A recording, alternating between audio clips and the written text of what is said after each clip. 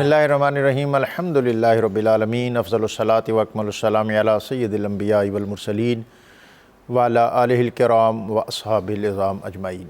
لفظ لفظ نور اور حرف حرف روشنی سے آراستہ نور قرآن کے ساتھ طاہر بخاری آپ سے مخاطب ہے۔ ناظرین، ماہ رمضان المبارک کی سعید ساعتیں اپنے نقطۂ کمال پر ہیں۔ آج جمعۃ المبارک اور جمعۃ الوداع، اور پھر آنے والی ساعتیں 27ویں شب اور نزول قرآن کے حوالے سے یہ لحظے اور لمحے معتبر اور مزین اور آراستہ ہیں، اور آج ہم 25ویں پارے کا آغاز کر رہے ہیں ماہ رمضان المبارک کے اس 25ویں روزے میں۔ علیہ یرد علم الساعہ، اسی اللہ کی طرف لوٹایا جانا ہے قیامت کا علم، اور پھر اس کے ساتھ سورہ شورا اسی طرح کی وہی فرماتا رہا ہے آپ کی طرف اور ان کی طرف جو آپ سے پہلے تھے۔ اس بارے میں سورہ شورا، سورۃ الزخرف، سورۃ الدخان اور الجاثیہ، اس کے مضامین، اور یہ مکی صورتیں ہیں اور حامیم سے ان کا آغاز ہو رہا ہے، اور مکہ کے لوگ اسی طرح معترض ہیں کہ اگر قرآن پاک اور وحی اور نبوت یہ اعزازات کسی کو عطا ہونے ہی تھے تو یہاں بہت مقتدر، معزز اور معتبر لوگ تھے۔ یہاں مغیرہ تھا، اور یہاں ولید بن مغیرہ تھا، یہاں طائف کے رؤساء تھے، اور یہ انتخاب جو ہوا ہے یہ کس کا انتخاب ہوا ہے؟ اور پھر تاریخ بتاتی ہے، قرآن پاک انہیں جھنجھوڑتا ہے کہ یہ وہی اولوالعزم اور جلیل القدر ہستی ہے کچھ عرصہ قبل تک جن کے قدموں میں تم آنکھیں بچھاتے تھے، اپنے قضیے ان کے پاس لے کے آتے تھے، اور یہی گھر میں کعبہ اور صحن مکہ جس میں تم بیٹھ کر اپنے آپ کو بلند تر محسوس کرتے ہو، جب اس میں حجر اسود کی تنصیب کا وقت آیا تھا تو پھر آپ اسی محمد مصطفیٰ کریم صلی اللہ علیہ وآلہ وسلم آپ کے فیصلے سے تمہارے قضیے حل ہوئے تھے، اور پھر نبی اکرم رسول محتشم صلی اللہ علیہ وآلہ وسلم آپ پر وحی کا نزول ہوا کہ آپ رویائے صادقہ کہ سچے خواب رات کو آپ جو دیکھتے صبح ویسے ہی ہوتا، اور پھر تحنس یعنی آپ کو خلوت گزینی سے محبت ہو گئی، اور آپ غار حرا میں تشریف لے جانے لگے، اور غار حرا کے ساتھ اس خاندان کو یعنی بنو ہاشم کو ایک خاص نسبت تھی، ایک خاص تعلق تھا۔ حضرت ہاشم جاتے تھے، عبد المطلب جاتے تھے، حضرت ابو طالب جاتے تھے، اور پھر نبی اکرم رسول محتشم صلی اللہ علیہ وآلہ وسلم نزول وحی کے آغاز سے قبل وہاں تشریف لے جاتے، کبھی 3 دن، 5 دن، 7 دن قیام کرتے، اور پھر گھر تشریف لاتے، کچھ وقت اپنی رفیقہ حیات حضرت خدیجہ الکبریٰ رضی اللہ تعالیٰ عنہ آپ کے ساتھ بسر کرتے، گزارتے، اور پھر زاد راہ لے کر، کچھ توشہ لے کر، کچھ کھانے کا سامان لے کر غار حرا میں تشریف لے جاتے، اور پھر ایک ماہ رمضان المبارک کی ایسی ہی ایک سعید ساعت میں جس کی تصریح قرآن نے کی کہ شہر رمضان الذی انزل فیہ القرآن، کہ ہم نے اس قرآن پاک کو ماہ رمضان المبارک کی ان سعید ساعتوں میں نازل کیا۔ اور پھر یہ سعید ساعتیں کون سی تھیں اس کی قرآن پاک میں ایک اور مقام پر تصریح ہوئی کہ انا انزلناہ فی لیلۃ القدر، کہ اس قرآن پاک کو ہم نے قدر کی رات، اور یہ آخری عشرے میں جو لیلۃ القدر جس کی تلاش کا حکم ہے، اور یہ لیلۃ القدر کہ انا انزلناہ فی لیلۃ القدر لیلۃ القدر خیر من الف شہر، کہ یہ لیلۃ القدر جو 1000 مہینے سے بہتر ہے، اس کی طاق راتیں 21ویں، 23ویں، 25ویں، 27ویں اور 29ویں۔ نبی اکرم رسول محتشم صلی اللہ علیہ وآلہ وسلم وحی کا نور لے کر مکہ کی وادی میں تشریف لائے۔ حضرت خدیجہ الکبریٰ رضی اللہ تعالی عنہا آپ نے استقبال کیا اور آپ کی ڈھارس بندھائی کہ آپ اِنَّکَ لَتَصِلُ الرَّحْمَ وَتَحْمِلُ الْكَلَّ وَتَكْسِبُ الْمَعْدُومَ، کہ آپ وہ عظیم المرتبت ہستی ہیں جو لوگوں کی ڈھارس بناتے ہیں، جو غریب پروری کرتے ہیں، جو صلہ رحمی کرتے ہیں، جو بے نواؤں کی مدد کرتے ہیں۔ آپ جیسی ہستی کو اللہ بے آبرو نہیں کرے گا۔ اور پھر مکہ کے ان احباب اور شخصیات جن میں ورقہ بن نوفل بھی شامل تھے کہ اے کاش میں اس وقت تک زندہ رہوں جب اسی مکہ کی وادی میں یہ مکہ کے لوگ جو آپ کے قدموں میں آنکھیں بچھاتے ہیں یہ پھر آپ کو یہاں سے نکلنے پہ مجبور کریں گے۔ تو مکہ کے یہ حالات ہیں، اور اس پر نور قرآن پاک کے نزول کے ایام کہ جس میں نبی اکرم رسول محتشم صلی اللہ علیہ وآلہ وسلم قرآن کا اور اپنی دعوت کا نور لے کر مکہ کی وادی میں تشریف فرما ہو رہے ہیں، اور پھر مخالفت، مخاصمت اور نخوت، تکبر اور تشدد کا ایک دور ہے، اور ہم مسلسل مکی صورتوں میں ان احوال اور ان مقامات کا تذکرہ کر رہے ہیں، اور ہم دیکھتے ہیں کہ کہیں مختلف جرگے جو قریش مکہ ان کی ایلیٹ اور ان کے سرداروں پر مشتمل حضرت ابو طالب کے پاس آتے ہیں اور ان کے ساتھ ڈیل کرنے کی کوشش کرتے ہیں، مختلف ان کو پیکج پیش کرتے ہیں، اور پھر جب وہ ان ساری چیزوں میں کامیاب نہیں ہوتے تو پھر ایک اور فیصلہ کن مارکہ کرتے ہیں کہ معاشرتی مقاطعہ کرتے ہیں، اور مکہ کے لوگ آپ کے ساتھ ہر طرح کا تعلق اس کو منقطع کر دیتے ہیں۔ نبی اکرم صلی اللہ علیہ وآلہ وسلم کے صحن میں گرد و غبار اور کوڑا پھینکا جاتا ہے، آپ کے راستے میں کانٹے بچھائے جاتے ہیں، اور آپ کی بیٹیوں کو اذیت دی جاتی ہے۔ طلاق جیسے ناقابل برداشت امور آپ کے سامنے آتے ہیں، لیکن دعوت اور تبلیغ کی اس مساعی میں آپ کے قدم مضبوط سے مضبوط تر ہو رہے ہیں، اور اسی ماحول میں قرآن پاک کی یہ صورتیں نازل ہو رہی ہیں۔ اس کے مضامین جیسا کہ ہم بار بار ان کا تذکرہ کرتے ہیں کہ اللہ تعالیٰ کی وحدانیت، نبی اکرم رسول محتشم صلی اللہ علیہ وسلم، آپ کی رسالت، قرآن کی صداقت اور عقیدہ قیامت، یعنی مرنا ہے اور مرنے کے بعد جی اٹھنا ہے، اور پھر جزا اور سزا کا عمل ہے۔ ان اہم مضامین پر گفتگو کے لیے ہمارے ساتھ موجود ہیں ہمیشہ کی طرح بہت معتبر علامہ ڈاکٹر عقیل احمد صاحب، مفتی خلیل احمد یوسفی صاحب، اور اللہ رب العزت کی بارگاہ میں حمد کا نذرانہ پیش کریں گے الحاج اختر حسین قریشی۔ نغمگی کی ایک پوری تاریخ ہیں، اور ہم نے ان سے درخواست کی کہ ہم تو آپ پیش کرتے ہیں مختلف شعراء کی، لیکن اعلیٰ حضرت کا وہ معروف حمدیہ کلام بھی پیش کریں جو نبی اکرم رسول محتشم صلی اللہ علیہ وآلہ وسلم کی محبت سے آراستہ ہے۔ تجھے حمد آیا وہی رب ہے جس نے تجھ کو ہمتن کرم بنایا۔ آج ہم ان سے یہ خوبصورت کلام سنیں گے، اور گفتگو کے سلسلے سے قبل اسماء الحسنہ میں سے ایک اسم مبارک المقیت، مخلوق کو روزی پہنچانے والا۔ اس اسم گرامی کی برکت یہ ہے کہ جو شخص کثرت کے ساتھ اللہ تعالیٰ کا یہ اسم گرامی المقیت اس کا ورد کرتا ہے، اللہ تعالیٰ اس کی روزی کو تنگ نہیں کرتا، کشادگی عطا کرتا ہے۔ ڈاکٹر صاحب، مضامین ہے سورہ شورا، اس کا تعارف اور اس کے اہم مضامین، اور وہی ہے جو توبہ قبول کرتا ہے، وَهُوَ الَّذِي يَقْبَلُ التَّوْبَةَ۔ جناب الحمدللہ رب العالمین والصلاة والسلام علی سید الانبیاء والمرسلین۔ ڈاکٹر صاحب بہت شکریہ۔ سورہ شورا مکی صورت ہے، 53 آیات اور 5 رکوع ہیں۔ عقائد کے علاوہ اس میں دیکھیے اللہ تعالیٰ نے مختلف حقائق کی طرف کائنات والوں کی توجہ دلائی ہے۔ مثلا پہلے فرمایا کہ اے نبی آپ ہی راہ حق کی طرف ہدایت دیتے ہیں، اور پھر ساتھ ہی فرمایا کہ یہ جو آپ دعوت دین کا کام کرتے ہیں، اور اے نبی فرما دیجئے کہ قُلْ لَا أَسْأَلُكُمْ عَلَيْهِ أَجْرًا إِلَّا الْمَوَدَّةَ فِي الْقُرْبَى، میں اپنے قرابت داروں کی محبت چاہتا ہوں، بس ان سے محبت کرو۔ پھر ایک سیاسیات کے حوالے سے ایک زرعی اصول دیا کہ وَأَمْرُهُمْ شُورَى بَيْنَهُمْ، جس سے اس آیت کا صورت کا نام بھی ہے کہ ان کے معاملات جو ہیں وہ مشاورت سے۔ دیکھیے ڈاکٹر صاحب 14 صدیاں پہلے ایک ڈیموکریٹک اپروچ نہیں دے رہا قرآن، ایک مطلق العنانیت اور ڈکٹیٹرشپ کا خاتمہ کیا جا رہا ہے۔ پھر اللہ تعالیٰ نے اس میں فرمایا، آپ دیکھیے کہ اللہ یجتبی الیہ من یشاء ویہدی الیہ من ینیب، اللہ تعالیٰ جس کو چاہتا ہے اپنی طرف چن لیتا ہے، یہاں رسالت کی طرف اشارہ ہے، اور من ینیب سے مراد ولایت کی طرف اشارہ ہے، جو اس کی طرف جائے گا دروازہ کھلا ہے، اللہ راہ دکھا دے گا۔ اور پھر آپ ڈاکٹر صاحب ایک اور خاص جو کہہ لیجئے کہ ایک جوہر جو حیات انسانی کی میں سمجھتا ہوں بنیاد ہے، وہ ہے معاف کر دینے کی روش۔ مختلف پیراؤں میں فرمایا گیا کہ جب اہل ایمان وَإِذَا مَا غَضِبُوا هُمْ يَغْفِرُونَ، جب ان کو غصہ آتا ہے معاف کر دیتے ہیں۔ پھر فرمایا فَمَنْ عَفَا وَأَصْلَحَ، فَأَجْرُهُ عَلَى اللَّهِ، جو معاف کر دے، صلح صفائی رکھے، اس کا اجر اللہ کے ذمہ کرم پر۔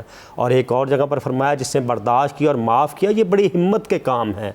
ڈاکٹر صاحب یہ پر نور پر کیف اور بابرکت ساتیں چل رہی، ہم میں سے ہر شخص چاہتا ہے اللہ ہمیں معاف کر دے، تو معافی کے سلسلے کو دراز کیجئے، ہم بھی ایک دوسرے کو معاف کر دیں۔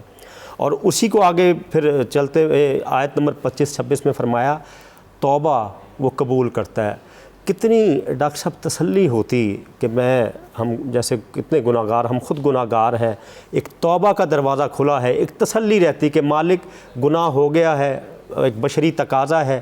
توبہ ہے کیا؟ بنیادی طور پر توبہ ایک ندامت ہے، اللہ سے رجوع کا نام ہے، اور اس میں 3 چیزیں ہوتی ہیں کہ جو گناہ کر لیا ہے اس میں ندامت ہو، آئندہ نہ کرنے کا عزم صمیم بندہ کرے، پھر اللہ سے معافی کا طلبگار ہو، اور سچی توبہ کرے، توبۃ نصوح۔ تو آقا کریم علیہ الصلوۃ والسلام نے فرمایا التائب من الذنب کمن لا ذنب لہ، سبحان اللہ۔ گناہوں سے توبہ کرنے والا ایسے ہی ہے جیسے اس نے گناہ کیا ہی نہیں ہے۔ اور توبہ ڈاکٹر صاحب ہماری مسلم ہسٹری بتاتی کہ جنہوں نے توبہ کی ہے وہ پھر ایسے رجال بنے ہیں، حضرت فضیل بن عیاض کو دیکھ لیجئے، مالک بن دینار کو دیکھ لیجئے، عبداللہ بن مبارک کو دیکھ لیجئے، داؤد طائی کو دیکھ لیجئے، حبیب اجمی کو دیکھ لیجئے، بشر حافی کو دیکھ لیجئے، یعنی حدیث، فقہ، تصوف، سیرت کے وہ امام بنے ہیں۔ تو ایسی توبہ کی آج ضرورت ہے، یہ نہیں کہ ہم ادھر توبہ کریں اور ساتھ ہی باہر آ کر اپنے دیگر وہ انہی معاملات میں مشغول ہو جائیں۔ پھر دعا، اللہ دعا کرتا ہے، دعا تعلق باللہ کی ایک سٹرونگ کہہ لیجئے کہ ایک عروۃ الوثقیٰ ہے کہ دعا بندہ جب حالات کی سنگینیوں سے تنگ آ جاتا ہے، مصائب و تکالیف اس کو گھیرے میں لے لیتے ہیں، تو یہ بھی کہہ لیجئے رجوع اللہ کی ایک سبیل ہے، بندہ اللہ سے کی بارگاہ میں دست سوال دراز کرتا ہے میرے مولا کرم فرما دے۔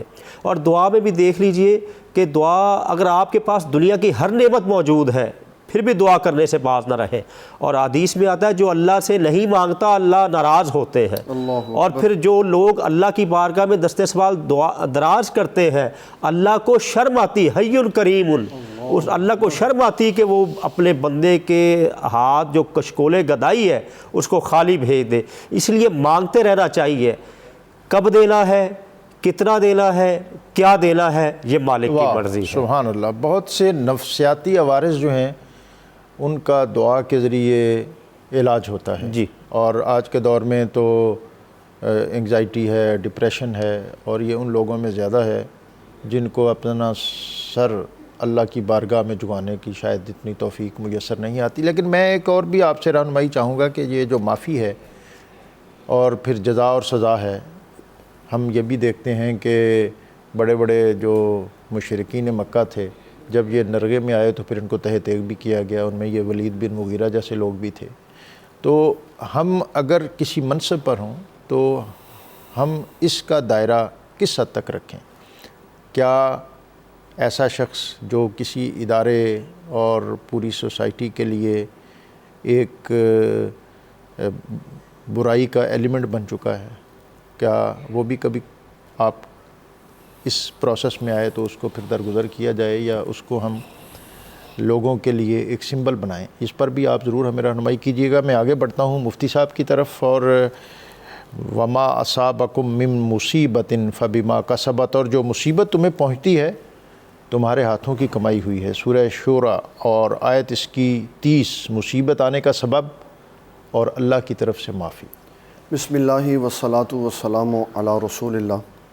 جس طرح کہ ہم یہ بات جانتے ہیں کہ یہ عشرہ جہنم سے آزادی کا عشرہ ہے، اور جہنم سے آزاد لوگ وہی ہیں جو اللہ تعالیٰ جل جلالہ کے حضور اپنے گناہوں کی معافی طلب کرتے ہیں۔ اب یہ بات اسلام ہمیں سمجھا رہا ہے کہ انسان کو جو مصیبتیں پہنچتی ہیں وہ اس کے اپنے ہی کاموں کا بدلہ ہے، اللہ تعالیٰ کسی کو تکلیف نہیں دیتا۔ حضرت سیدنا ابو ہریرہ رضی اللہ تعالیٰ عنہ ارشاد فرماتے، نبی صلی اللہ تعالیٰ علیہ وسلم نے ارشاد فرمایا اگر بندہ راتوں کو اٹھ کے میری عبادت کرے تو میں اس کو بارش کے پانی کی طرح اپنی رحمت سے نوازوں گا، سبحان اللہ، اور بجلی کی کڑک سے بھی اس کو محفوظ رکھوں، سبحان اللہ، اس کو اتنی سی بھی تکلیف نہیں پہنچنے دوں سبحان اللہ، اگر یہ میری عبادت میں مصروف رہے گا۔ سبحان۔ تو اسلام نے ہمیں یہ بتایا کہ جو تکلیفیں ہمیں پہنچتی ہیں یہ ہمارے شامت اعمال کا نتیجہ ہے۔ ہم جو اللہ تعالیٰ کی بتائی ہوئی باتوں کو چھوڑ دیتے ہیں یا نبی صلی اللہ علیہ وسلم کی تعلیمات پہ عمل نہیں کرتے، اس کے بدلے میں اللہ تعالیٰ ہمیں ان تکالیف میں مبتلا کر دیتا ہے، اور اس تکلیف میں مبتلا کرنے میں بھی اللہ نے ہمارے لیے خیر رکھی ہوئی ہے کہ جب تکلیف آتی ہے تو ان کی وجہ سے اللہ تعالیٰ گناہ معاف کر دیتا ہے۔ سبحان اللہ۔ اس میں ایک مشکات شریف کی حدیث کوٹ کرنا چاہوں گا۔ حضرت ابو ہریرہ رضی اللہ تعالیٰ عنہ اس حدیث کے راوی ہیں، فرماتے ہیں رسول اللہ صلی اللہ تعالیٰ علیہ وسلم نے 7 ہلاک کر دینے والے جرموں کا نام لیا۔ نمبر 1 فرمایا کہ شرک چھوڑ دو، جادو چھوڑ دو، ناحق قتل چھوڑ دو، سود چھوڑ دو، یتیم کا مال کھانا چھوڑ دو، میدان جہاد سے فرار نہ ہو، اور پاکیزہ اور طیب عورتوں پہ تہمت نہ لگاؤ۔ ان تجتنبوا کبائر ما تنہون عنہ نکفر عنکم سیئاتکم، فرمایا جب تم ان بڑے بڑے کبیرہ گناہوں کو چھوڑ دو گے تو چھوٹے تو اللہ ویسے ہی معاف کر دیتا۔ سبحان اللہ۔ وہ کہنے کی ضرورت ہی نہیں پڑتی، جو ہی انسان کوئی نیکی کرتا ہے تو اللہ تبارک و تعالیٰ جل جلالہ ان گناہوں کو معاف کر دیتا۔ پھر اسلام نے ہمیں یہ بتایا کہ کس گراس روٹ لیول پہ جا کے اللہ تعالیٰ جل جلالہ انسانوں کی نیکیاں گناہ معاف کرتا ہے۔ حضور صلی اللہ علیہ وسلم نے فرمایا تکلیف کتنی ہے، ایک سوئی کے کانٹے کے چبھنے کے برابر بھی اگر بندے کو تکلیف پہنچے، اور بسا اوقات ایسا بھی ہے کہ ظاہراً تو ہمیں کوئی تکلیف نہیں محسوس ہو رہی، لیکن ایک خدشہ ہے دل میں، اس خدشے پہ بھی اللہ تعالیٰ ہمارے گناہ معاف کرتا۔ اس میں نبی صلی اللہ تعالیٰ علیہ وسلم نے فرمایا اگر ایک بندہ اپنے سامان میں ایک طرف کوئی چیز رکھ لیتا ہے اور پھر وہ بھول کے دوسری طرف تلاش کرتا، اب وہ گم تو نہیں ہوئی، اب یہاں سے جب وہ دوبارہ یہاں پہ تلاش کرے گا تو شاید مل جائے گی، لیکن اتنا سا جو اس کو صدمہ ہوا ہے نا، اللہ تعالیٰ اس صدمے پہ بھی سارے گناہ معاف فرماتا ہے۔ سبحان اللہ، سبحان اور قیامت والے دن اس کا منظرنامہ اس طرح ہوگا کہ جن کو دنیا میں تکلیف آئی، دنیا میں بھی اللہ تعالیٰ نے گناہ معاف کر دی، آخرت میں بھی ان کے لیے ثواب ہے۔ اللہ تبارک و تعالیٰ جب ان کو ان کی تکلیف پہ ثواب دے گا تو لوگ پوچھیں گے یا اللہ یہ کس چیز کا ثواب ہے؟ کہا دنیا میں اذیتیں دی تھی اس کا ثواب۔ یا اللہ ہمیں تو پتہ ہی نہیں چلا، اگر ہمیں پتہ چلتا تو ہم اپنے جسموں کو کینچیوں سے کاٹ لیتے اللہ، تاکہ ہم اذیت میں مبتلا ہو جاتے، اور اس وجہ سے آج تو ہمیں درجات عطا فرماتا۔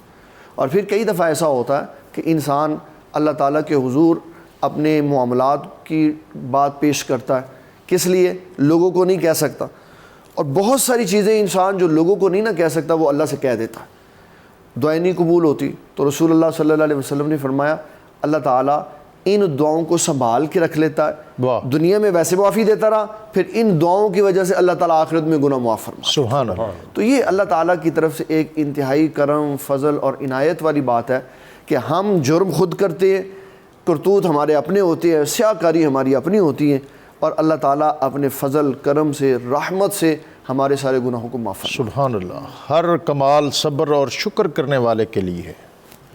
صبارن شکور، آیت 33 سے 35 تک جناب۔ اچھا ڈاکٹر صاحب دیکھیے، پہلے آپ نے وہ جو معافی کی بات کی تھی نا، میں اس میں ایک کمنٹ کرنا چاہوں گا۔ ضرور کریں۔ دیکھیں معافی کا تعلق، یہ جو میں نے آیات شورا کی عرض کی ہیں، بیان کی ہیں، اس کا اپنی ذات کی حد تک تعلق ہے۔ یعنی میرا اگر کسی نے دل دکھایا ہے، لاس کیا ہے، لیکن جب اسٹیٹ کے پاس وہ ریٹ دائر ہو گئی تو قانون حرکت میں آئے گا۔ یہ ذہن میں رکھ لیجئے، یہ نہیں کوئی بندہ یعنی انفرادی سطح پر آپ کا ایک اختیار ہے، جتنا ہے اتنا۔ یعنی دیکھیں جو لوگ قانون توڑتے رہے، سڑکیں بلاک، جو بھی معاملات کرتے رہے، وہ اسٹیٹ کا قانون حرکت میں آئے گا۔ اچھا آپ دیکھیے صبر اور شکر، یہ مومن کی زندگی کی دو کیفیتیں ہیں نا، اس کو کہہ لیجئے کہ دو ویپن دے دیے گئے ہیں۔ اللہ تعالیٰ نے قرآن میں کہیں نہیں کہا کہ تم اسلام قبول کر لو گے تو تمہیں کوئی مصیبت نہیں آئے گی، آزمائش نہیں آئے گی، تکالیف نہیں آئیں گی، بلکہ قرآن تو یہ کہتا ہے اللہ تمہیں آزمائے گا مختلف تکالیف سے، مختلف پرابلم، مینڈیٹری ہے۔ اب دیکھیے اہل ایمان کی دونوں حالتیں، اللہ جب کچھ لے تو کیا رویہ اپنانا ہے؟ صبر، جب کچھ دے تو کیا رویہ اپنانا ہے؟ شکر۔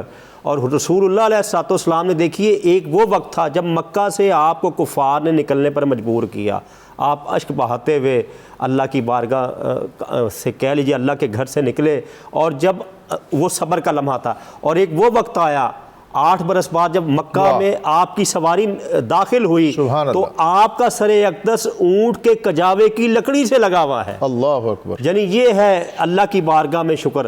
تو اور قرآن کریم میں اللہ تعالیٰ نے مختلف مقامات پر فرمایا کہ ان اللہ مع الصابرین، دکھ کی گھڑی میں لوگ چاہتے ہیں، تکالیف کی گھڑی میں، مصیبت کی گھڑی میں کہ میرا ساتھی ہو، میرا غم بٹائے۔ اللہ فرماتا ہے تم کیوں دوسروں کے پاس جاتے ہو، میں تمہارے ساتھ ہوں، تم ذرا کنٹرول میں رہو، کنٹرول یور سیلف۔ اور یہ ماہ مقدس تو ہمیں ضبط نفس کی طرف ہی لے کر آتا ہے، اور شکر کے بارے میں فرمایا جب نعمتیں مل یہ جائیں۔ جو ضبط نفس ہے صرف 30 دن کے لیے؟ نہیں، یہ ایک ٹریننگ ہے، اس کا پورے 11 منتھ میں آپ کی شخصیت سے رنگ نظر آنا چاہیے، یہ ایک ٹریننگ سیشن ہے۔ لیکن ہم کہتے یہ ہیں کہ جی میں اب آپ سے بات تو نہیں کرتا اس لیے کہ میں روزے سے ہوں اور عید کے بعد بات کروں گا۔ اچھا، یعنی اس کا مطلب آپ یعنی اس کا مطلب یہ ہے کہ وہ ابھی پختہ نہیں ہوا، وہ جو روزے کی جو، لیکن یہ انفرادی نہیں بلکہ ہمارا اجتماعی رویہ اسی طرح کا ہے، مزاج بن گیا۔ بلکہ ڈاکٹر صاحب دیکھیے حالت روزہ میں اللہ دیکھ رہا ہے، ہم نہ کھاتے نہ پیتے تنہائی میں بھی، تو اللہ کیا روزوں میں ہی دیکھتا ہے سارا سال؟ یہ تو ایک ٹریننگ، یہ شعور اجاگر کرنے ہی کے لیے تو رمضان آیا ہے، اس کے لیے رمضان آیا ہے۔ اور عبادات جتنی بھی ہیں وہ اسی لیے کہ بندگی کا جو ایک تصور ہے وہ راسخ کیا جائے۔ اور شکر کے حوالے سے جب اللہ نے انعام کیا ہے، آپ دیکھیے ڈاکٹر صاحب عید کا دن شکر ہے، دنیا میں جب نعمت لوگوں کو ملتی، خوشی کے دن ہوتے، لوگ کیا کرتے ہیں؟ اللہ نے اس کے بھی آداب سکھائے ہیں، غسل کرو، ذکر و اذکار کرو، پاکیزگی اختیار کرو، اور اللہ کی بارگاہ میں جھک جاؤ، تو جب تم شکر ادا کرو گے لَأَزِيدَنَّكُمْ، میں تم کو اور زیادہ دوں گا۔ تو یہ کہہ لیجئے کہ ہمیں ہمہ وقت کہہ لیجئے کہ زندگی میں ایک بار یا ایک فیز میں آنے والے معاملات نہیں ہیں، ہمہ وقت ہی ان دونوں کیفیات، صلاحیتوں اور اوصاف سے ایک بندہ مومن کو اپنی حیات کو مزین رکھنا چاہیے کہ وہ صابر بھی رہے اور شاکر بھی رہے۔ ڈاکٹر صاحب آپ کی گفتگو کے دوران ڈاکٹر صاحبہ ایک لائن پہ آئی ہیں، یہ اسلام آباد سے ہیں، شاید یہ ڈیفنس یونیورسٹی سے ہیں۔ جی السلام علیکم۔ السلام علیکم جی خوش میں آمدید۔ سوال کرنا چاہ رہی تھی کہ جو کہا جاتا ہے کہ روزوں کے دوران رمضان میں جن لوگوں کی وفات ہو جاتی ہے وہ سیدھے جنت میں چلے جاتے ہیں، ان کا کوئی حساب کتاب نہیں ہے۔ تو سوال میرا یہ ہے کہ اللہ تو ظاہر رب العالمین ہے اور رحمت للعالمین کے رب ہے، معاف کر سکتے ہیں، تو کیا یہ ایسے ہی ہے واقعی کہ جو لوگ فوت ہو جائیں گے جی رمضان کے مہینے میں ان کا کوئی حساب کتاب نہیں ہوگا؟ اس پر علماء ہماری رہنمائی کریں گے کہ ہم نے سنا تو ہے، لیکن اس کی اسپرٹ کیا ہے اور اس کی حدود و قیود کیا ہیں۔ میں بڑھتا ہوں مفتی خلیل احمد یوسفی صاحب کی طرف، اور سورہ زخرف اس کا آغاز بھی ہو رہا ہے، اور اس سے قبل آپ صبر اور شکر اس حوالے سے بھی اگر کوئی کمنٹ کرنا چاہیں تو ڈاکٹر صاحبہ جو ہیں یہ اسلام آباد سے، ان کا کویسچن بھی ہے کہ ہمارے ہاں یہ ہے کہ جو رمضان المبارک میں دنیا سے رخصت ہوتے ہیں پھر وہ ان کے لیے جو حساب کے مرحلے ہیں وہ کچھ مختلف ہو جاتے ہیں۔ ڈاکٹر صاحبہ نے جو سوال کیا ہے یہ بڑا اہم ہے۔ اللہ تعالیٰ جل جلالہ کے حبیب صلی اللہ علیہ وسلم نے قیامت کے بعد جس جنت کا تصور پیش کیا ہے نا وہ اور شے ہے، جہاں انسان اللہ تعالیٰ کی نعمتوں کا استعمال کرے گا۔ جو بندہ رمضان المبارک میں فوت ہو جاتا ہے بشرطے کہ وہ ضروریات دین کو ماننے والا ہو اور حالت ایمان میں ہو، حالت ایمان میں ہو، حالت ایمان کے ساتھ ضروریات دین یہ ضروری ہے۔ اس کے ساتھ جو بندہ دنیا سے گیا ہے، اللہ تعالیٰ جل جلالہ رمضان المبارک کی برکت سے قبر کے حساب و کتاب سے اس کو محفوظ رکھے گا۔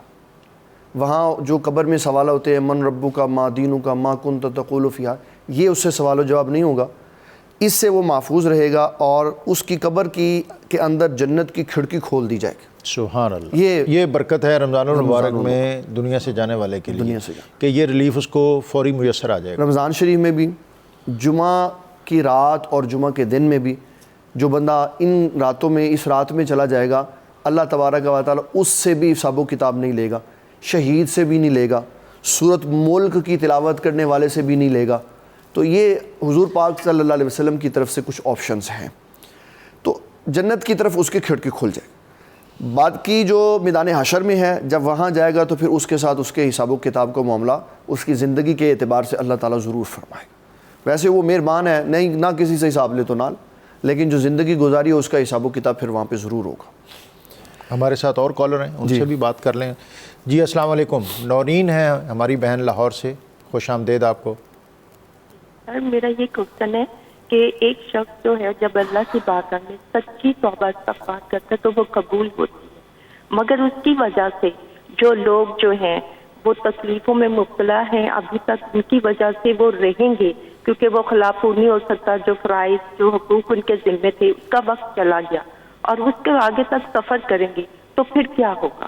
حقوق پامال جو کیے ہیں وہ اپنی جگہ قائم ہیں، اور توبہ انہوں نے کی ہے، وہ توبہ بہن کا خیال ہے کہ قبول ہو گئی ہے، لیکن جو ان کی پینڈنگ لائبلٹیز ہیں، جو ان کے ذمے واجبات ہیں، وہ اسی طرح قائم ہیں۔ یہ ایک اور کالر بھی ہیں اس پہ میرا خیال ہے کہ یہ ایک اہم سوال ہے جس پہ آپ پوری رہنمائی کیجیے گا۔ جی مشتاق صاحب ہیں ہمارے ساتھ، السلام علیکم۔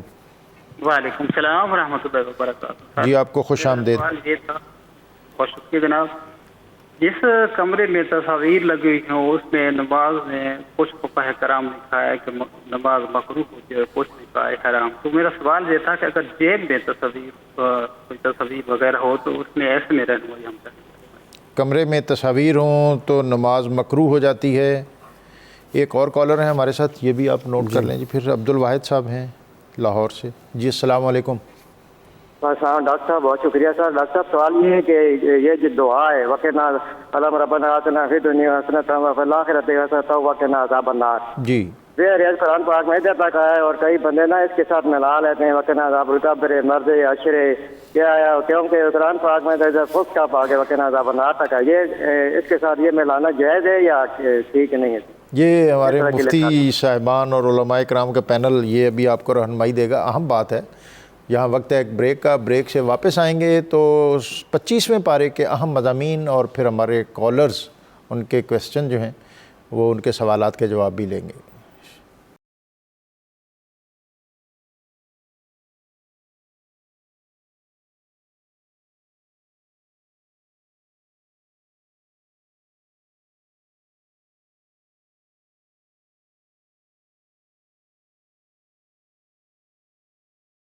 نور قرآن میں آپ کو ایک مرتبہ پھر خوش آمدید۔ 25ویں پارے کے اہم مضامین اور ہمارے کالرز نے کچھ کویسچن کیے ہیں، بہت اہم کویسچن ہیں۔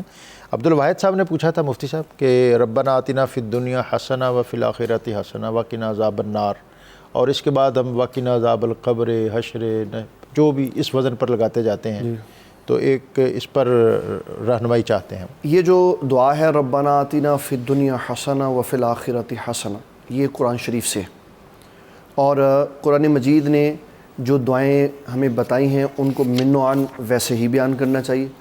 ان دعاؤں کے کرنے کے بعد اسلام نے اجازت دی ہے کہ عربی زبان میں انسان جو چاہے وہ دعا ساتھ ملا لے، بشرطے کہ وہ دعائے معصورہ ہو اور اس میں اللہ تعالیٰ سے خیر طلب کی گئی ہو۔ تو حضور صلی اللہ علیہ وسلم نے یہ جملے خود ارشاد فرمائے، وقنا عذاب القبری وقنا عذاب الحشری، اور پھر اس کے ساتھ نبی صلی اللہ علیہ وسلم نے قرض سے بھی پناہ مانگی، پھر آپ صلی اللہ علیہ وسلم نے بری موت سے پناہ مانگی، پھر نبی صلی اللہ علیہ وسلم نے دجال کے فتنے سے پناہ مانگی۔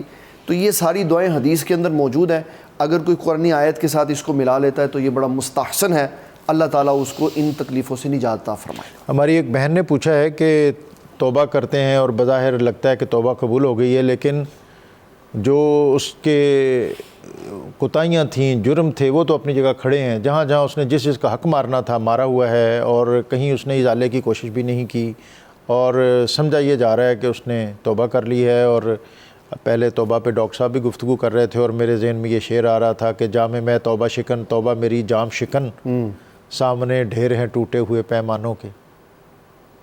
تو یہ اس پہ ذرا بتا دیں کہ ایسی توبہ جو ہے، توبہ کیا ہے، اور توبہ جو ہے کیا رشوت کے نوٹ پائے تو حج کا سفر کیا، دیکھو گناہ گار نے جنت خرید لی، کیا یہ جنت اس طرح مل جاتی ہے؟ توبہ کی بنیادی شے جو اسلام ہمیں سکھا رہا ہے وہ ہے ندامت اپنے برے فعل کے اوپر، اور جب کسی کو ندامت ہو جاتی ہے تو وہ برا فعل چھوڑ دیتا۔ جب ندامت نہیں ہوئی تو اس کا مطلب ہے توبہ قبول نہیں ہوئی۔ حضرت سیدنا عمر بن خطاب رضی اللہ تعالیٰ عنہ فرماتے ہیں جس نے توبہ کے بعد گناہ نہیں چھوڑا وہ سمجھ لے کہ اللہ تعالیٰ نے اس کی توبہ قبول ہی نہیں فرمائی۔ لیکن اس میں ہمارے مشائخ نے ہماری یہ رہنمائی کی ہے کہ اگر بندے سے گناہ نہ چھوٹے تو اس کو کم از کم توبہ نہیں چھوڑنی چاہیے، کہ کسی وقت اللہ تعالیٰ توبہ قبول فرما لے گا اور اس کو توبۃ النصوحہ کی اللہ تعالیٰ توفیق دے دے گا۔ شیخ عبدالحق محدث دہلوی کا اس میں ایک بڑا اہم جملہ ہے توبہ کے حوالے سے، آپ فرماتے ہیں اگر کسی بندے نے کسی کا پیسہ غبن کر لیا اور اس پیسے سے حج پہ چلا گیا تو وہ آ کے یہ نہ سمجھے کہ میرا حج قبول ہوا ہے، اس کا حج تب قبول ہوگا جب وہ آ کے پیسہ واپس کر دے گا، واہ۔ پھر اس کی توبہ قبول ہوگی۔ اور کمرے میں تصاویر ہیں، اور تصاویر والے کمرے میں ہم نماز پڑھتے ہیں، اور بعض کا تصاویر سامنے بھی ہوتی ہیں، اور ایسی حالت میں نماز جو ہے اس کا درجہ اور اس کی کیفیت کیا ہو سکتی ہے؟ اس کے لیے پہلے مسئلہ سمجھنا چاہیے کہ تصاویر وہ والی اسلام نے ممانعت کی ہے جن کے ساتھ سر موجود ہے اور وہ کسی جاندار کی تصویر ہے۔ اگر وہ تصویر بنی ہوئی ہے کسی پہاڑ کی فلاں، وہ اس میں کوئی میٹر نہیں کرتا۔ سامنے ہے تو نماز پڑھنی ناجائز ہے، دائیں بائیں ہے اور اس کو اتارنے کا کوئی سلسلے کار موجود نہیں ہے تو کراہت کے ساتھ نماز ہو جائے گی، سامنے سے احتیاط کرنی چاہیے۔ پھر اس کے ساتھ ساتھ یہ سب سے اہم شے ہے کہ جہاں تصاویر ہوتی ہیں اس سے صرف نماز ہی میں خلل نہیں آتا، بلکہ نبی صلی اللہ علیہ وسلم کی بخاری کی حدیث ہے، آقا کریم صلی اللہ علیہ وسلم نے فرمایا جس گھر میں تصویر ہوتی ہے، جس گھر میں ناپاک آدمی ہوتا ہے، اور جس گھر میں شوق کے لیے کتا رکھ لیا جائے، ان تینوں جگہوں پر رحمت کا فرشتہ داخل نہیں ہوتا۔ اور اگر ہم نے گھروں میں تصاویر لگا کے رکھی ہوئی ہیں، میاں بیوی اپنی لگا لیتے، ماں باپ وصال کر گئے ان کی لگا لیتے ہیں، دنیا میں جو جتنا مرضی بڑا ہے، مشائخ میں سے ہے، پیران اعظام میں سے ہے، پسندیدہ شخصیات میں سے ہے، کوئی فوت ہو گیا ہوا ہے ان کی تصویر لگائی ہوئی ہے، کسی کا بت لگایا ہوا ہے، سب سے بڑے رسول اللہ صلی اللہ علیہ وسلم ہے، آپ نے ان میں سے کسی شے کی قطعی طور پہ اجازت نہیں دی۔ جہاں تصویر ہوگی وہاں رحمت کا فرشتہ نہیں آئے گا، وہاں عبادت میں اللہ تعالیٰ راحت اور سرور بھی عطا نہیں فرمائے گا، اس لیے ان سے بچ کے رہنا چاہیے۔ سورہ زخرف موضوع تو مفتی صاحب کے پاس تھا، لیکن سوالات اتنے آئے کہ اس پر بات نہیں ہو سکی، یہ بھی آپ کے سامنے ہے۔ اور پھر جو آیت ہے، جو شخص اس میں ہم ذکر الرحمن جی کہ ذکر رحمان سے کیا مراد ہے، اور جو شخص دانستہ اندھا بنتا ہے رحمان کے ذکر سے، جناب۔ ڈاکٹر صاحب سورہ زخرف یہ مکی صورت ہے، 89 آیات اور 7 رکوع ہیں، اور جو مکی صورتوں کا خاص اسلوب ہے اس میں توحید، رسالت اور پھر مشرکین کی مذمت۔ پھر ایک اور چیز جو مکہ کی جو سماجی عادت بد تھی، بیٹی کی پیدائش پر بڑے تکلیف میں مبتلا ہو جاتے تھے، منہ چھپاتے۔ حال ہی نے کہا جو ہوتی تھی پیدا کسی گھر میں دختر، تو خوف شماتت سے بے رحم مادر پھرے دیکھتی جب وہ شوہر کے تیور، کہیں زندہ گاڑ آتی تھی اس کو جا کر۔ اللہ اکبر۔ اور اسی یہی مضمون سورہ نحل میں بھی بیان کیا کہ اس کو چھپا دے، مٹی میں دفنا دے۔ اور پھر ساتھ ہی اس صورت میں اللہ نے فرمایا کہ رزق کی تقسیم کرنے والے ہم ہیں۔ یہ بڑا ایک کہہ لیجیے کہ معاشیات کا بنیادی اصول ہے۔ ایز اے بلیور ہمیں اس پر یقین رکھنا چاہیے کہ محنت کا حکم دیا گیا ہے، ملنا اس کے فضل سے، یہ ذہن میں رکھا جائے، اور کوشش کریں کہ جو لقمہ حلال مل جائے وہی غنیمت ہے، اور رزق کے لیے اتنے وہ حواس باختہ نہ ہوں کہ دوسروں کے حقوق کی پامالی شروع ہو جائے۔ اچھا یہاں پر دیکھیں جو یاد الہی سے اندھا ہوا، غافل ہوا، شیطان اس کا کرین بن جاتا ہے، دوست بن جاتا ہے۔ ڈاکٹر صاحب اس کے دو پہلو ہیں۔ ایک تو دیکھیے جب ہماری زندگی سے ذکر الہی، یاد الہی نکل جاتی تو ہمارے جو قلوب میں خیر کو قبول کرنے کی صلاحیت ہے وہ مفقود ہو جاتی ہے۔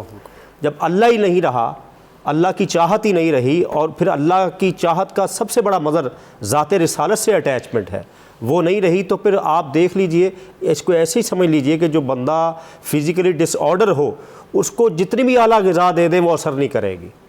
اور دوسری بات جو اس کا اثر ہوتا ہے، شیطان اس کا کرین ہو جاتا ہے۔ ہم دنیا میں دیکھتے ہیں جو ذکر سے مراد قرآن بھی ہے، اور پھر کہہ لیجئے کہ اشارۃ النص سے ذات رسالت، حدیث، سیرت، سنت بھی ہے۔ جو اس سے دور ہوتا ہے وہ الہات کی طرف جاتا ہے، وہ حدیث کے انکار کی طرف جاتا ہے۔ اگر نہیں جاتا تو وہ قرآن کی اور حدیث کی ایسی باطل تعویلات و تعبیرات کرتا ہے جو سلف صالحین سے ثابت نہیں ہے۔ تو شیطان جب اس کا کرین ہو جاتا ہے تو پھر اس کے نتائج یہی بھیانک صورت میں سامنے آتے ہیں۔ کہہ لیجئے کہ تہذیب نو کی ظلمتیں اس کا حالہ کر لیتی ہیں، اور وہ اپنے تئیں بڑا خوش ہوتا ہے۔ اور قرآن کریم میں ایک اور جگہ فرمایا کہ شیطان ان کے لیے ان کے اعمال کو مزین کر دیتا ہے، اور وہ سمجھتے ہیں کہ ہم جو کہہ رہے ہیں یہی کمال ہے، بھئی کیا کہہ دیا ہم نے، کمال کر دیا، مولانا حضرات کو تو پتہ ہی نہیں کچھ، یہ تو وہ رٹی رٹائی باتیں اور آیات اور حدیث بیان کر رہے ہیں، تو یہ اس کے رتائی نکلتے ہیں اللہ سے دور ہونے کے۔ تو دوسری اس کا اگر مفہوم مخالف ڈاکٹر صاحب دیکھا جائے تو جو لوگ اللہ کے قریب ہوتے ہیں، اللہ ان کا دوست ہے، وہ اللہ کے دوست ہیں، تو ہمیں ایسے لوگوں کی صحبت تلاش کرنی چاہیے تاکہ وہ بھی ہمیں اللہ کے قریب کر دیں۔ سبحان اللہ۔ آگے سورہ جاسیہ اس کا آغاز ہو رہا ہے اور اس کے اہم مضامین میں چاہوں گا کہ آپ اس پر ہمیں رہنمائی عطا کریں۔ سورہ جاسیہ کے اور بارے اگر میں آپ پہلے مضمون پر بھی کوئی ذکر، اس پر بھی آپ کوئی کمنٹ کرنا چاہیں، کیونکہ جیسے ڈاکٹر صاحب نے کہا تھا کہ علماء تصوف جو ہیں ان میں ابھی آپ کا شمار ہوتا ہے۔ یہ تو ان کی محبت ہے، ورنہ ایسا نہیں ہے۔ علوم ظاہریہ اور علوم باطنیہ، یہ ان کی محبت ہے، بالکل حقائق کے خلاف یہ بات ہے۔ نہیں، ان کے والد صاحب تو پکے صوفی تھے، نہیں وہ نہیں، تو ان پر بھی باپ کا علم، اگر بیٹے کو باپ کا علم اگر جو ہے جو پھر پسر لائے کہ میراث پدر کیوں کر ہو، باپ کا علم نہ بیٹے کو اگر ازبر ہو، پھر پسر لائے کہ میراث پدر کیوں کر ہو، ان پر وہ اثر ہے۔ اور الولد سر لابی، استغفر، میں ان سے یہ گزارش کروں گا، یہ اور آپ شفقت فرمائیں، دعا کریں کہ میں اپنے ابا جان کے راستے پہ صحیح چلوں۔ آمین۔ سورۃ جاسیہ میں اللہ تبارک و تعالیٰ جل جلالہ نے جو، کیونکہ یہ ایک علماء کی بات نکلی، علماء کے اندر اس میں ذکر ہوا کہ حسد کی بیماری پیدا ہو جاتی، یہ بہت خوفناک فتنہ ہے۔ جب میں جامعہ نظامی میں پڑھنے کے لیے گیا تو ہمارے استاد کریم نے بات سمجھائی کہ جو بندہ یہاں آتا ہے نا، وہ اپنے دل میں ایک تکبر کا پودا بھی ساتھ لگا دیتا ہے، تو جو علم بڑھتا ہے نا تو تکبر بھی بڑھتا ہے، تو اس تکبر کے پودے کو پہلے دن ختم کر کے اس لیے علم پڑھنا ہے کہ اللہ اور اس کے رسول کو راضی کرنا۔ سبحان اللہ۔ تو جو اسلام کو اس لیے پڑھے گا کہ میں لوگوں پہ تفاخر پاؤں، میں بڑا محسوس ہوں، جب میں آؤں تو لوگ میرے ادب و احترام کے لیے کھڑے ہوں، تو نبی صلی اللہ علیہ وسلم کی حدیث بیان کر رہی ہے کہ ایسے لوگوں کو اللہ تعالیٰ گھسیٹ کے قیامت والے دن جہنم کی آگ میں ڈال دے گا۔ لہٰذا تکبر سے بچنا چاہیے کہ تکبر انسان کو ختم کر دیتا ہے، نیکیوں کو جلا دیتا ہے، اور شیطان بھی اللہ کی بارگاہ میں صرف تکبر ہی کی وجہ سے برباد ہوا۔ اور آپ درسیات میں میرے خیال ابتدا میں ہی کہیں پڑھتے ہیں، کریمہ میں یا شاید کہیں، تکبر عزازیل را خار کرت، اس نے واضح کر دیا اس بات نے کہ تکبر ہی تھا جس نے سب کچھ ختم کر دی۔ اس کی آیت نمبر 29 اور 28 میں اللہ تعالیٰ نے ایک خوبصورت مضمون بیان کیا ہے قیامت کا، وَتَرَا كُلَّ أُمَّةٍ جَاسِيَةٍ كُلُّ أُمَّةٍ تُدْعَىٰ إِلَىٰ كِتَابِهَا، کہ ہر گروہ زانوں کے بل بیٹھا ہوگا اور اپنی کتاب پائے گا۔ اس میں مفسرین کرام نے یہ لکھا ہے، ہر گروہ سے مراد اللہ تعالیٰ کتاب ہر گروہ کو دے گا، لیکن زانوں کے بل سارے نہیں بیٹھے ہوں گے، بلکہ جو اپنی قبروں سے نکل کے آئیں گے تو جو انہوں نے زندگیاں گزاری ہوں گی، حشر کے میدان میں سوال جواب سے پہلے ہی اللہ تعالیٰ ان کو ان کی زندگیوں کے مطابق اعمال کا پروٹوکول عطا فرمائے گا۔ سبحان اللہ۔ میں اپنے ناظرین کے لیے یہ منظرنامہ ضرور سنانا چاہتا ہوں تاکہ ہمارے ناظرین کو یہ پتہ چلے کہ یہ زندگی کتنی اہم ہے۔ اس کو یہ کہہ کہ ہم نہیں چھوڑ سکتے کہ ایک بچہ میٹرک میں فیل ہو گیا تو کہے گا میں دوبارہ کوشش کر لوں۔ اگر کوئی زندگی کے امتحان میں فیل ہو گیا نا تو اس کو دوبارہ کوشش کا موقع نہیں ملنا، موقع نہیں ملنا، ایک ہی دفعہ ہے، اور اسی کو اس نے غنیمت جان کر اگلے کے لیے تیاری کرنی ہے۔ اور یہ کہہ کے بھی صرف نظر نہیں کیا جا سکتا کہ میری زندگی ہے میں دیکھ لوں گا۔ رسول اللہ صلی اللہ علیہ وسلم فرماتے ہیں تمہارا بھائی ہے، اس کو احساس کرواؤ کہ یہ زندگی کتنی اہم ہے، اس میں دیکھا نہیں جانا۔ جب اگلی طرف جائیں گے تو سارے نظام اس کے ہاتھ سے نکل کے باہر چلے جائیں گے۔ پھر رسول اللہ صلی اللہ علیہ وسلم کی تعلیمات یہ بتا رہی ہیں، احادیث یہ بتا رہی ہیں، آیات قرآنیہ یہ بتا رہی ہیں کہ جو ہی بندے قبروں سے نکل کے آئیں گے تو ان کی کیفیت ایسے ہوگی جیسے کسی کے اوسان خطا ہو چکے۔ اب وہ پریشان دائیں بائیں دیکھے گا، نہ جسم پہ لباس ہوگا، نہ بات ہوگی، دوڑے گا، کوئی ایسا مل جائے مجھے۔ اللہ تعالیٰ سورۃ عبسہ میں فرماتا ہے ماں چھوڑ دے گا، باپ چھوڑ دے گا، بہن چھوڑ دے گا، بھائی چھوڑ دے گا، بیوی اور بچے سب چھوڑ دے گا، صرف اس دن اس کی یہ خواہش ہوگی میں کسی طرح بچ جاؤں۔ اس بچنے کے لیے آج کی زندگی کی اہمیت کو سمجھنا پڑے گا کہ میں نے آج کون سا کام کرنا ہے، کہ آج ہماری زندگیاں ڈاکٹر صاحب 60 اور 70 کی ایوریج کے اندر ہے۔ اس میں کون سے ایسے کام کرنے ہیں کہ 50,000 سال کا دن خیریت سے گزر جائے. اللہ اکبر. 50,000 سنہ. اور فصبر صبرن جمیلہ کے ساتھ کہا کہ وہ صبر والا دن ہے اور 50,000 سال کا دن ہے، اس کو اس تھوڑی سی مدت میں ہم نے کس طرح سنوارنا ہے. اور رسول اللہ صلی اللہ علیہ وسلم نے اس کے لیے جو ہماری تربیت فرمائی اور فرمایا وہاں اللہ تبارک و تعالیٰ جل جلالہ جب حساب و کتاب لے گا تو 5 باتیں پوچھے گا. جامع ترمذی کی روایت عبداللہ ابن مسعود راوی، یہ بتاؤ زندگی کیسے گزار کیا، یہ بتاؤ جوانی کیسے گزاری، یہ بتاؤ پیسہ کہاں سے کمایا، کہاں پہ خرچ کیا، اور جو علم سیکھا اس کے اوپر عمل کیا گیا. اور اس زندگی کے لیے ہمیں اسلام نے، حضور پاک صلی اللہ علیہ وسلم نے تربیت دی. فرمایا اغتنم خمسن قبل خمسن، 5 چیزوں کے آنے سے پہلے 5 چیزوں کی قدر کرو. اس جگہ پہ قدر کریں گے تو آگے پچھتاوا نہیں ہوگا.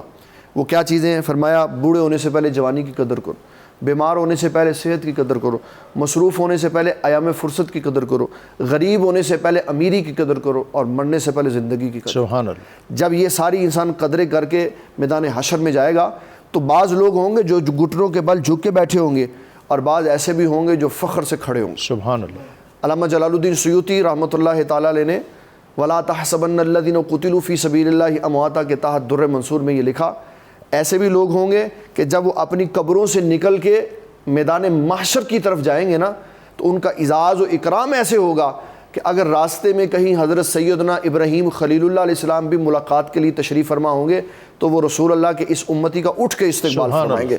وہ کہیں گے یہ بڑا عظیم آدمی تھا، یہ دنیا میں بڑے کام کر کے آیا. تو یہ مقام اور مرتبہ اس کو کیسے ملے گا؟ دنیا کی اعلیٰ زندگی کی وجہ سے. پھر اللہ تعالیٰ نے فرمایا کہ وہاں نامہ اعمال کی کیفیت یہ ہوگی کہ بعضوں کو نامہ اعمال دائیں ہاتھ میں پکڑائے جائیں گے، بعضوں کو بائیں ہاتھ میں. اس میں حضور پاک صلی اللہ علیہ وسلم کی ایک بڑی ہی پیاری لطیف حدیث ہمارے ناظرین کے لیے ضروری ہے. صحابہ کرام نے پوچھا آقا کریم صلی اللہ علیہ وسلم اتنا بڑا حشر کا میدان ہوگا، ساری دنیا وہاں پہ ہوگی، آپ کیسے پہچانیں گے کہ آپ کے امتی کون کون سے ہیں؟ تو نبی صلی اللہ علیہ وسلم نے فرمایا میں 3 نشانیوں سے ان کو پہچانوں گا کہ یہ میرے امتی ہیں. نمبر 1، ان کے اعضائے وضو نور کی طرح چمک رہے ہیں. حضرت ابو ہریرہ رضی اللہ تعالیٰ عنہ کونیوں سے اوپر پورے بازو دھوتے تھے. تو لوگوں نے پوچھا یہ کیا کر رہے ہیں؟ کہا میں اپنا نور بڑھا رہا ہوں کہ یہ چمکیں گے تو میں قیامت والے دن ان کا نور بڑھا. پھر دوسری بات نبی صلی اللہ علیہ وسلم نے ارشاد فرمائی کہ میرے امتیوں کے اعمال نامے دائیں ہاتھ میں ہوں گے. پھر تیسرے نمبر پر نبی صلی اللہ علیہ وسلم نے فرمایا جو کم عمر بچے فوت ہو گئے وہ اپنے ماں باپ کے ارد گرد گھوم رہے ہوں گے تو میں پہچان لوں گا کہ یہ میرے امتی ہیں. تو یہ اسلام نے بتایا ہے کہ قیامت والے دن احوال بہت برے ہوں گے، خیر اس کے لیے ہوگی جس نے آج دنیا خیر میں گزاری ہوگی. میں اسی حوالے سے چاہوں گا کہ آپ اختتامی لمحوں میں کچھ آخری عشرے اور طاق راتوں کے حوالے سے بھی کچھ نصیحت کر دیں جناب، کہ ہمیں کس طرح ان آخری عشرے اور اس کی طاق راتیں، اور جو کہ اب بالکل اختتام کے قریب جا رہے ہیں ہم اور اپنے کلائمیکس اور پیک پہ بھی ہے، آگے 27ویں شب ہے پھر 29ویں ہے، تو یہ ہم کس طرح کہیں اپنی جو کمی کوتاہی ہے گزشتہ ایام میں تو اس کا ہم کس طرح ازالہ کرتے ہوئے، جیسا کہ ہم احادیث میں پڑھتے ہیں کہ نبی اکرم صلی اللہ علیہ وسلم آپ اپنی کمر کس لیتے تھے اس آخری عشرے میں اور خود عبادت میں شامل ہوتے تھے، اپنے اہل خانہ کو عبادت میں شامل کرتے تھے. اور پھر اس میں شب بیداری جو ہے اس کی روح اور سپرٹ کیا ہے؟ کیا ساری رات جو 8 گھنٹے پہ یا 6 گھنٹے پہ محیط ہے اس میں ہم نے مصلی پہ کھڑے رہنا ہے یا کیا ہے؟ ڈاکٹر صاحب دیکھیے یہ جو آخری عشرہ ہے نا یہ تعلق باللہ اور تعلق باللہ میں استغفار، سبحان اللہ، یعنی میں نے اپنے آپ کو پاک کرنا ہے. سبحان اللہ. گناہ ہو جاتے ہیں، اب میں نے پاک کرنا ہے، اپنے آپ کو اسی نیٹ اینڈ کلین پوزیشن میں لانا ہے. اور آپ دیکھیے کہ ایک مثال دی جاتی ہے کہ جب تک برتن گندا ہو اس میں کوئی چیز ہم ڈالی نہیں جاتی. سبحان اللہ. تو گناہ کر کر کے جب دل گندا ہو جاتا ہے تو اللہ کے انوار کیسے آئیں گے؟ خیر مزاج کا حصہ کیسے بنے گی؟ طبیعت میں نیکی غالب کیسے ہوگی؟ وہ تبھی ہوگی جب استغفار سے اس کو پاک کر لیں گے، نیٹ اینڈ کلین کر لیں گے. اور ام المومنین حضرت سیدہ عائشہ صدیقہ رضی اللہ تعالیٰ عنہ نے نبی پاک علیہ السلام سے عرض کیا حضور مجھے پتہ چلے کہ آج شب قدر ہے تو میں کیا کہوں؟ فرمایا تم یہ کہو اللہم انکا عفو تحب العفو فاعف عنی یا غفور. یا اللہ تو معاف کرنے والا ہے، معاف کرنا تیری شان ہے، معافی کو پسند کرتا ہے، ہمارے گناہوں کو معاف کر دے، ہمیں معاف کر دے. تو اس کی استغفار کی کثرت کریں اور جو بھی کار خیر ہے، صدقہ و خیرات کر لیں، ذکر و اذکار کر لیں، درس قرآن کر لیں، نوافل کر لیں، مقصد یہ کہ اللہ سے تعلق جو ہے وہ مضبوط کر لیں اپنا، اور تاکہ آپ کے اور یہ جتنے بھی معاملات ہوں گے نا، یہ اگر ہم منہ سے معافی نہ بھی مانگیں گے، خیر کے کام آپ کے گناہوں کو ڈیلیٹ کرتے جائیں گے۔ واہ۔ اور دوسری ایک اور خاص بات کہ جن لوگوں کے ہم نے لائبلٹیز دینی ہے، وہ بھی جو سوال آیا تھا کہ توبہ کر لی ہے، جب لوگوں کے حقوق ہی نہیں دیے تو توبہ کس بات کی ہے؟ توبہ تو ہوتی اس لیے کہ گناہوں سے معافی ہے، اور حقوق العباد جب آپ پورے نہیں کریں، جن کو ناراض کیا ہے، جن کا دل دکھایا ہے، جن کے پلاٹوں پر قبضے کیے، جن کا قرض دینا ہے، جن کو جس طرح بھی ٹارچر کیا، ان کے پاس چل کر جائیں، معافی مانگیں۔ آپ چاہتے ہیں نا، قرآن کریم نے اس مفہوم کو بھی بیان کیا ہے کہ کیا تم نہیں چاہتے کہ اللہ تم کو معاف کر دے؟ تو لوگوں کو بھی معاف کر دو اور ان سے بھی ایکسکیوز کرو، معافی مانگو۔ ہم فیس بک پہ لوگوں سے معافیاں مانگ رہے ہیں، نہ دینا نہ لینا، اور جس کا دل دکھایا ہے، جس کو ہرٹ کیا ہے، جس کو ٹیز کیا ہے، اس سے بھی معافی مانگ لو۔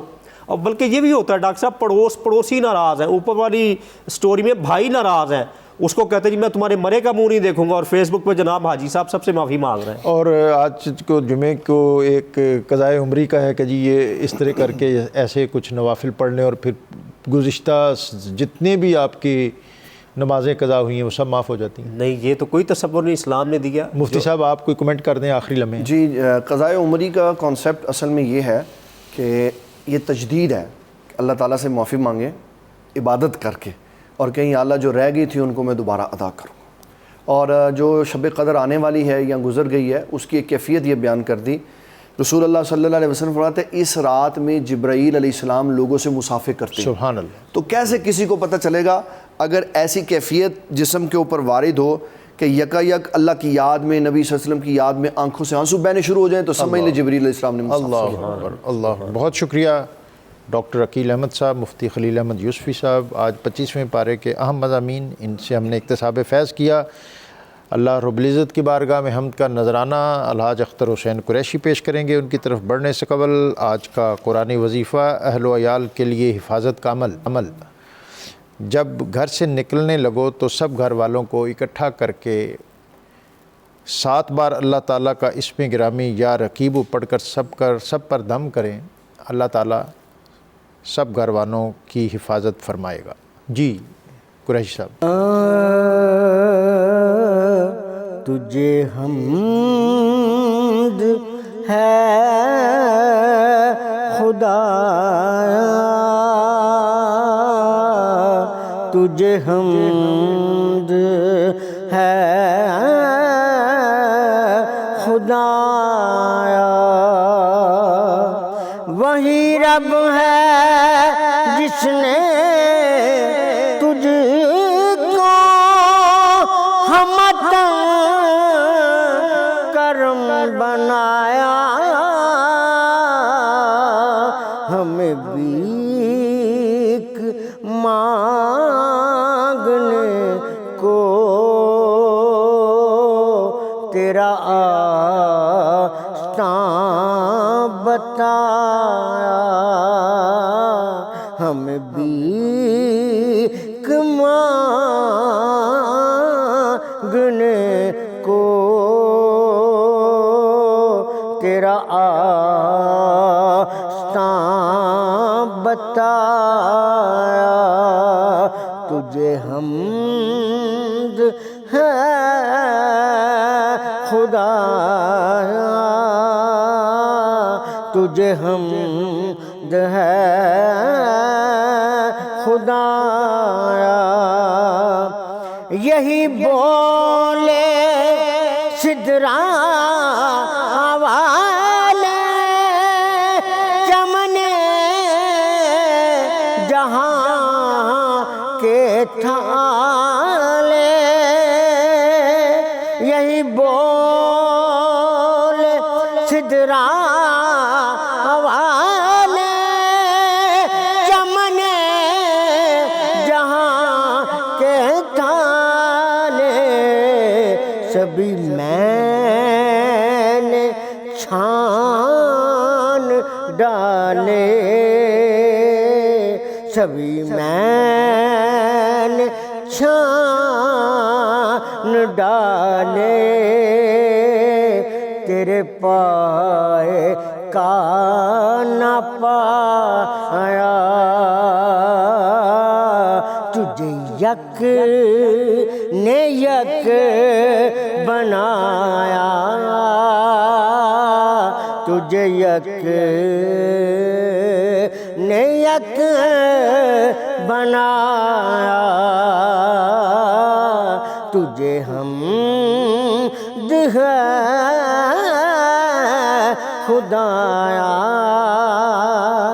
ارے اے خدا کے بندوں، کوئی میرے دل کو ڈھونڈو، ارے اے خدا کے بندوں، کوئی میرے